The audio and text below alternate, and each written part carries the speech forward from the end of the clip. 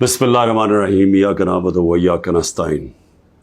میرے پاکستانیوں، میں ابھی رات کے تقریباً 12 بجنے لگے ہیں، تو میں آپ کے سامنے صرف مختصر بات کرنا چاہتا ہوں، اور وہ بات ہے یہ جو سارا توشہ خانہ کا ڈرامہ چل رہا ہے۔ تو میں یہ واضح کر دوں کہ یہ ضروری آپ کا سمجھنا ہے کہ توشہ خانہ یہ ہے کیا۔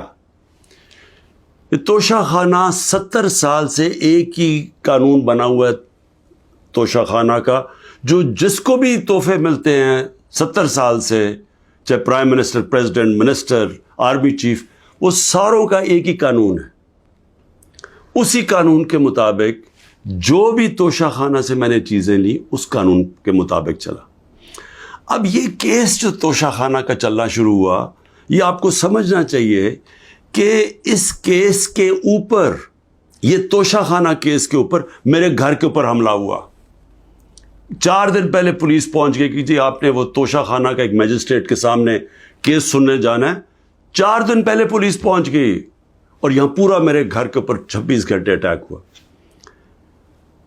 مجھے جب 9 مئی کو غیر آئینی اور قانونی طور پہ اغوا کیا گیا اسلام آباد ہائی کورٹ سے، تو مجھے جب جیل میں لے گئے پولیس لائنز میں، وہاں مجھے ایک دم پتہ چلتا ہے کہ ایک جج صاحب، جج ہمایوں دلاور وہاں بیٹھے ہوئے ہیں، اور وہ آپ کے اوپر توشہ خانہ کے کیس کے اوپر کوئی کاروائی کرنا چاہتے ہیں۔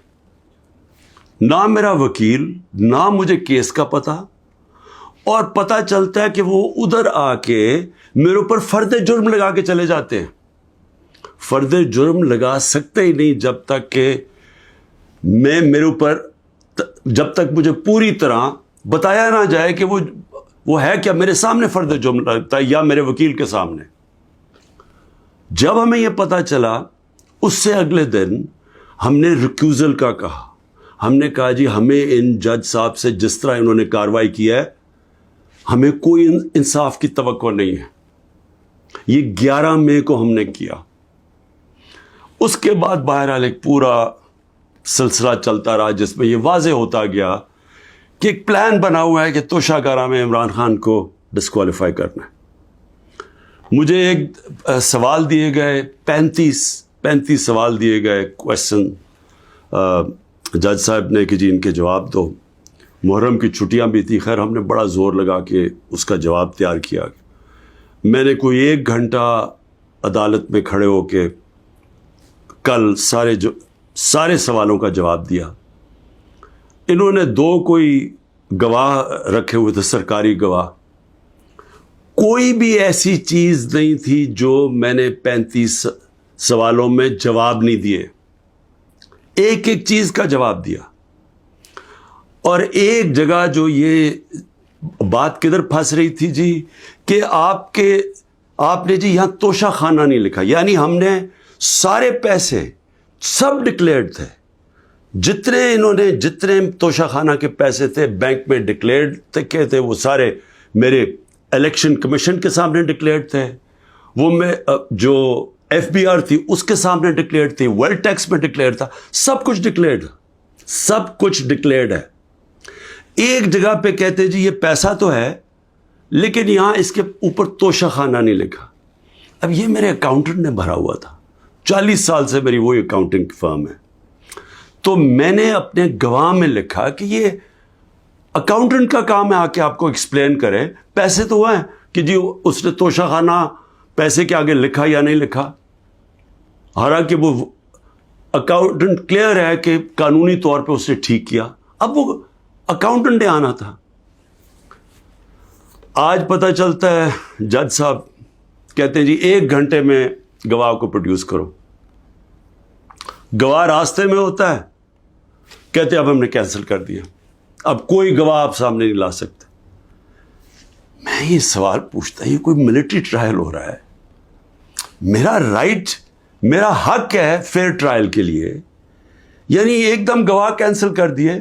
میں نے کوئی 5-6 گواہ لے کے آنے تھے تاکہ وہ ایکسپلین کرے، جو 35 کویشچنز انہوں نے بھیجے ان کے جواب میں مجھے موقع تو ملے کہ اگر کوئی پوچھے، میرا میرے وکیل ان کو سمجھانے کے لیے، گواہ تو اس لیے ہوتے ہیں، گواہی سارے کینسل کر دیے، اور آج اب ایسے لگ رہا ہے کہ کل فرد جرم قائم کر دیں گے. یعنی مجھے سمجھ نہیں آ رہی کہ یہ جلدی اتنی کیا ہے. کیا کل 2 دن، آج گواہ آ جائے، کل گواہ آ جائے، اس کے بعد پھر آپ نے جج صاحب فیصلہ کرنا ہے وہ آپ نے کرنا ہے. لیکن مجھے تو موقع ملے کہ ہر دنیا میں ایک موقع ملتا ہے انسان کو فیئر ٹرائل کا، وہ مجھے موقع دینا چاہیے. اور ابھی سپریم کورٹ میں یہ بھی کہہ دوں کہ ہم نے ریکیوزل کا بھی ان جج صاحب کا کہا ہوا ہے کہ ہمیں ان کے اوپر اعتماد نہیں ہے. وہ پڑا ہوا ہے اسلام آباد ہائی کورٹ میں. وہ اسلام آباد ہائی کورٹ بدقسمتی سے فیصلہ نہیں کر رہے چیف جسٹس صاحب. میں یہ بھی کہہ دوں کہ صرف اتنی زیادہ، پتہ نہیں میں کتنے کیسز میں ہوں، صرف 2 ججز کے اوپر میں نے ریکیوزل کا کہا ہوا ہے. ایک اسلام آباد ہائی کورٹ کے چیف جسٹس اور دوسرے یہ جسٹس دلاور. یہ میرا رائٹ ہے کہ اگر میں سمجھ رہا ہوں مجھے انصاف نہیں مل رہا تو میرا یہ حق ہے کہ میں ان کو ریکیوز کرواؤں، ان کو کہوں کہ کسی اور کو بھیج دے. اب وہاں بھی فیصلہ نہیں ہو رہا اسلام آباد ہائی کورٹ میں. ہم سپریم کورٹ میں گئے ہیں، سپریم کورٹ کہہ رہے ہیں کہ اسلام آباد ہائی کورٹ فیصلہ کرو، اور سپریم کورٹ نے کہا کہ تب تک انہوں نے جسٹس دلاور نے فیصلہ نہیں کرنا جب تک کہ یہ اس کے اوپر فیصلہ نہیں ہوتا ٹرانسفر پہ. لیکن مجھے لگ رہا ہے کہ کل انہوں نے فیصلہ کر دینا ہے، اس لیے میں رات کو لیٹ آپ کے سامنے آ رہا ہوں. میں آخر میں ایک اور بات کہتا چلوں کہ فیس بک پہ 2014 میں جسٹس دلاور نے اپنی فیس بک پہ میرے اوپر ایسے ریمارکس دیے ہوئے ہیں جس سے لگتا ہے کہ وہ مجھے انصاف نہیں دے سکتے. یعنی ان کی ایک پرسنل ڈسلائک اس میں سامنے آ رہی ہے. ہم نے یہ چیف جسٹس صاحب اسلام آباد والوں کو کہا کہ دیکھیں یہ پریجوڈسڈ ہے. انہوں نے جا کے ایف آئی اے کو کہا کہ بتاؤ کہ جناب یہ ٹھیک ہے یا نہیں، یہ جو فیس بک پہ ان کی پوسٹ تھی. ایف آئی اے نے وہ چیک کر کے کہ کیونکہ وہ ڈیلیٹ کر چکے تھے پوسٹ، انہوں نے واپس کہا دی وہاں تو پوسٹ ہی نہیں ہے. دیکھیے بڑا آسان کام ہے.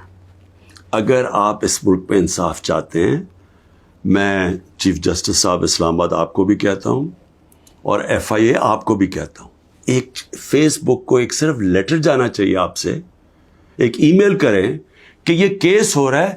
90 دن تک ان کے پاس ریکارڈ ہوتا ہے. اگر آپ ڈیلیٹ بھی کر دیں کوئی پوسٹ تو 90 دن تک فیس بک کے پاس اس کا ریکارڈ ہے. صرف ایک ای میل کی ضرورت ہے.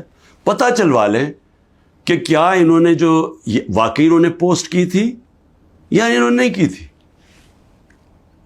آدھے گھنٹے میں سارا اس کا پتہ چل جائے گا کہ کیا جسٹس دلاور نے واقعی وہ میرے اوپر جو بڑی ان کا مائنڈ شو کرتا ہے کہ وہ شاید میرے سے انصاف نہ کر سکیں، وہ پوسٹ میں ریفلیکٹڈ ہے.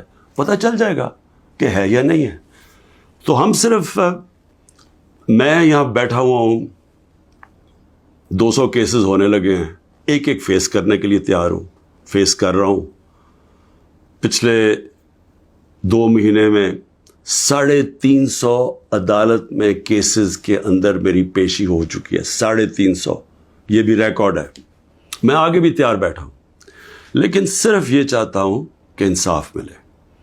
اور انصاف ملنا کوئی مشکل کام نہیں ہے.